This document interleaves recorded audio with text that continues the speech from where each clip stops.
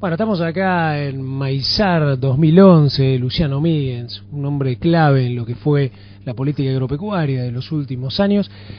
Y además alguien que está mirando todo esto y recordando muchas cosas, porque acá hubo ministros de Agricultura, de países vecinos, de países amigos que han contado sus experiencias. Y cuando nos encontrábamos con vos, vos me decías, sí, yo recuerdo de acciones y cosas. ¿Por qué nos contás un poco qué te pareció estos paneles? ¿Qué te parecieron un poco los mensajes que se transmitían? En primer lugar, me alegro de haber podido concurrir a esta reunión de Maizar, porque creo que el hecho del Mercosur, yo soy un convencido de que Mercosur tiene que funcionar. Por supuesto que fue un producto que empezó con mucho énfasis y después se fue quedando, y justamente te recordaba recién lo que a mí me tocó en una época del Mercosur donde realmente lo tratamos de impulsar muy fuertemente. Teníamos esa Federación de Asociaciones Rurales del Mercosur con los brasileños, los paraguayos y los uruguayos principalmente, que éramos los 4 países. Después se incorporó Chile también. Y bueno, recuerdo incluso en que en ese momento los presidentes de las sociedades rurales del Mercosur tuvimos un momento de un contacto muy fuerte con los ministros de Agricultura de los países de estos países. Y en ese momento pudimos, incluso estaba hoy algunos que han estado presentes, el que fue ministro en su momento de Agricultura de Brasil, que era Roberto Rodríguez. Aguirre Zavala era un ministro de Uruguay de Agricultura, también un gran propulsor del Mercosur. En Argentina estaba Miguel Campos y Jaime Campos, que también está acá hoy representando a Chile, que en su momento era el ministro de... O sea que teníamos con ellos una relación de juntarnos en una mesa cuando se reunían en las reuniones interministeriales. Se invitaba también a los presidentes de las sociedades rurales del Mercosur, y con ellos teníamos momentos de conversar, de comer juntos, charlar en reuniones enteras donde realmente podíamos hacer trabajos. Y bueno, uno era muy optimista y lamentablemente después eso se fue perdiendo hoy veo que ya creo que las entidades ya ni las invitan a las reuniones interministeriales, y algo que a uno le cuesta creer, como lo que nos cuesta creer cuando vemos hoy también acá que la Argentina no puede estar, uno siente envidia, lamentablemente, porque no podamos estar en esa oportunidad que sí están aprovechando los demás países del Mercosur. Y además creo también que acá se dijo que hay que insistir en ese Mercosur fuerte, en ese Mercosur unido que tenemos que hacer, no solamente pensar en el comercio inter-Mercosur, sino pensar en el comercio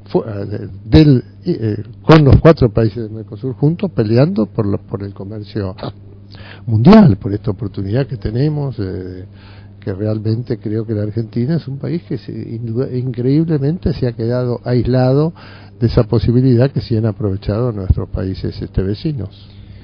Luciano, hubo una palabra que se usó mucho acá, que lo hablaron todos, que fue institucionalizar. También se habló mucho del rol del productor, incluso en las asociaciones, cosas como vos decís. Bueno, acá tengo una pregunta a vos como presidente honorario de Despertar, una fundación que desde hace 2 años se está trabajando justamente para eso, para la participación de los productores, para llevar el mensaje, etcétera. ¿Por qué no nos contás un poco las últimas actividades y las cosas que están haciendo justamente dentro de Despertar para ayudar un poco todo este marco institucional que hemos escuchado acá?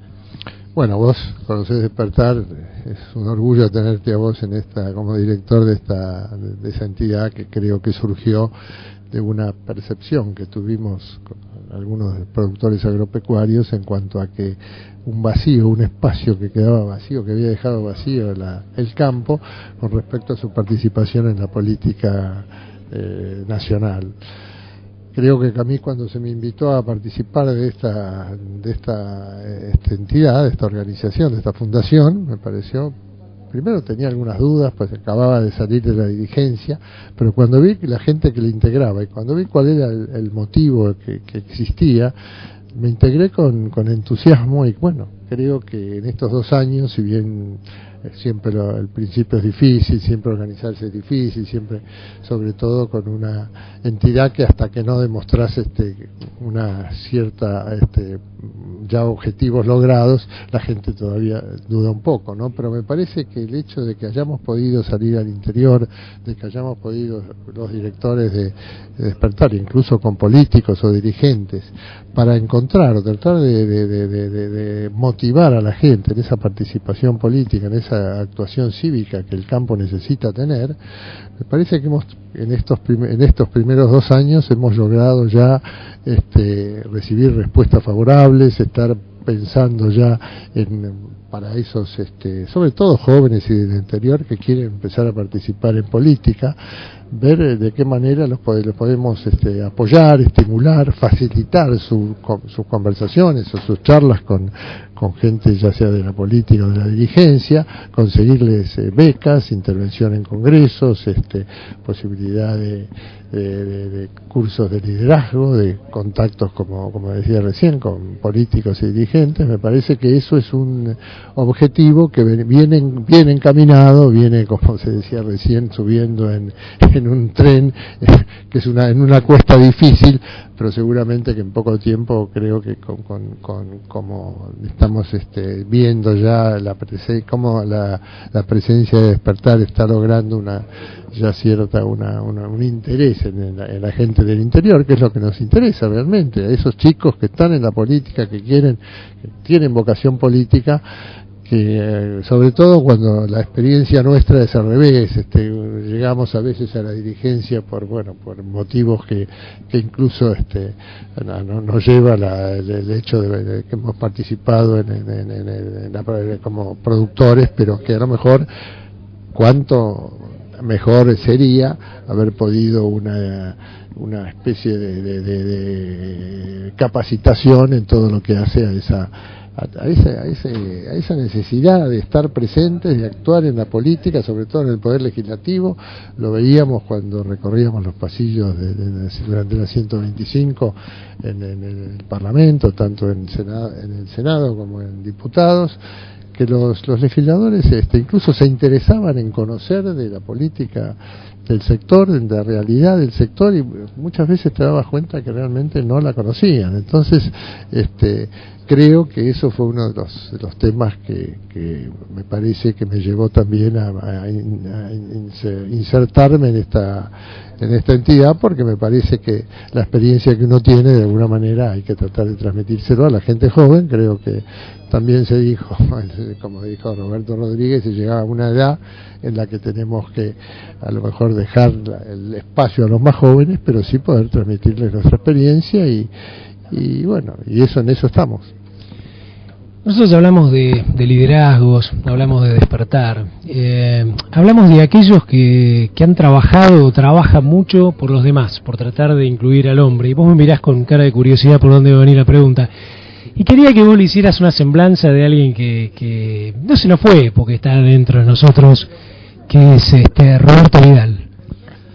Sí, yo creo que Roberto Vidal, por su permanente perfil bajo, a lo mejor no se lo reconoce, pero cuando el caso mío, que he estado tanto tiempo junto a él, desde que nos juntó la vida en la comisión directiva de la Rural, después siendo yo presidente, fue mi secretario, uno de los 2 secretarios que tenía en la Rural, y lo que me apoyó, y además todo lo que hizo en cuanto, siempre con ganas de hacer algo. Él, sobre todo, por supuesto que tenía 2 prioridades, que eran la educación y la solidaridad.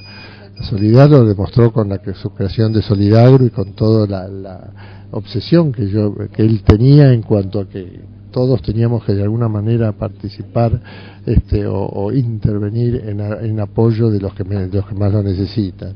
Y después, como durante mi presidencia en la Rural, siempre tenía ideas, siempre venía con temas a que lo apoyáramos.